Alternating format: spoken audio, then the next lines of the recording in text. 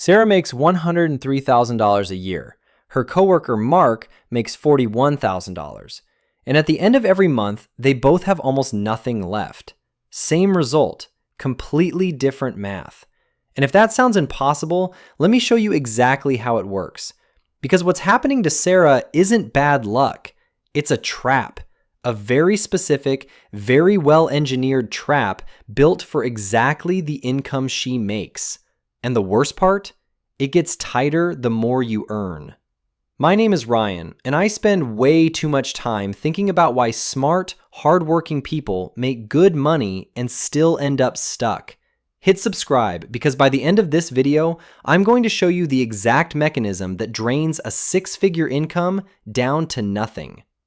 I ran the numbers twice. I didn't believe them the first time. Here's what $100,000 actually is. Not a number, a filter. The second your income crosses into six figures, everything around you recalibrates. The car you're supposed to drive, the neighborhood you're supposed to live in, the vacations, the restaurants, the wardrobe, all of it quietly upgrades the moment you hit that number. And here's the brutal part. None of it was your idea. The upgrade happened to you. Because $100,000 carries a social contract nobody hands you in writing, but everybody enforces silently. Now let's run the actual math. A $100,000 salary does not put $100,000 in your pocket. Federal tax, state tax, FICA, Medicare. By the time Sarah's paycheck lands, she's taking home $65,000, not $100,000. But Sarah does not think of herself as a $65,000 earner. She thinks of herself as a $100,000 earner. And that gap between the identity and the reality is exactly where the trap feeds. Housing. 30% of $100,000 is $2,500 a month. But in most American cities, $2,500 does not get you a place that matches the identity of a six-figure earner. So Sarah ends up at $3,200 or $3,500 a month because that feels right for her income. Just like that housing alone is eating over 60% of her actual take-home. Add the car.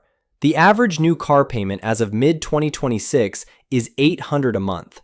Sarah's is $650 because she told herself she was being responsible. That is $7,800 a year disappearing into a depreciating asset. Add insurance, gas, groceries, utilities, phone, subscriptions, student loans. We are already at a number that leaves almost nothing. And we haven't touched childcare.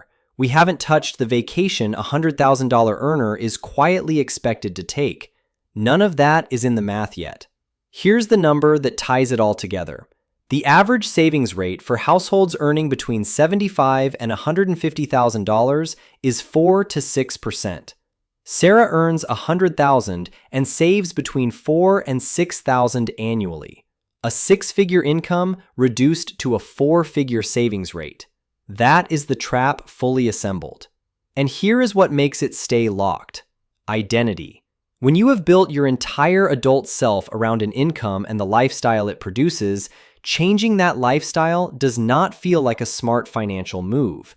It feels like going backwards. The car is not just a car. It is a signal. The apartment is not just an apartment. It is who you are. Researchers found the emotional pain of a lifestyle downgrade is roughly twice as intense as the pleasure of the equivalent upgrade. The numbers got you in. The identity keeps you there. So what breaks it? Not 1,000 small cuts, not skipping the latte.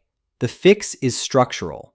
Before the money arrives, before it hits the account the lifestyle runs on, redirect a fixed percentage somewhere it cannot be touched. Not a goal. An automatic transfer that fires the moment the paycheck lands. 15% of gross. That is $15,000 a year. In 20 years at 7%, that is over $600,000. Nothing about the lifestyle changed. The only thing that changed is where the money went first. Sarah is not failing. Sarah is running the default program perfectly. She earned more, so she spent more. She did exactly what every signal around her said to do. The trap is not a character flaw. It is a system, and systems can be redesigned. But the redesign has to happen before the lifestyle hardens around the income like concrete. Because once the lease and the loan and the expectations are locked in, the flexibility is gone. So here is what I want you to do right now.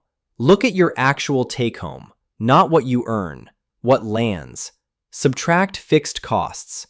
Write down what is left. If that number looks nothing like what someone at your income should have, now you know why. Now you know the name of the machine. And knowing the name is the first step to walking out of it. Not income, allocation. Not what you make, what you keep before the machine gets to it first.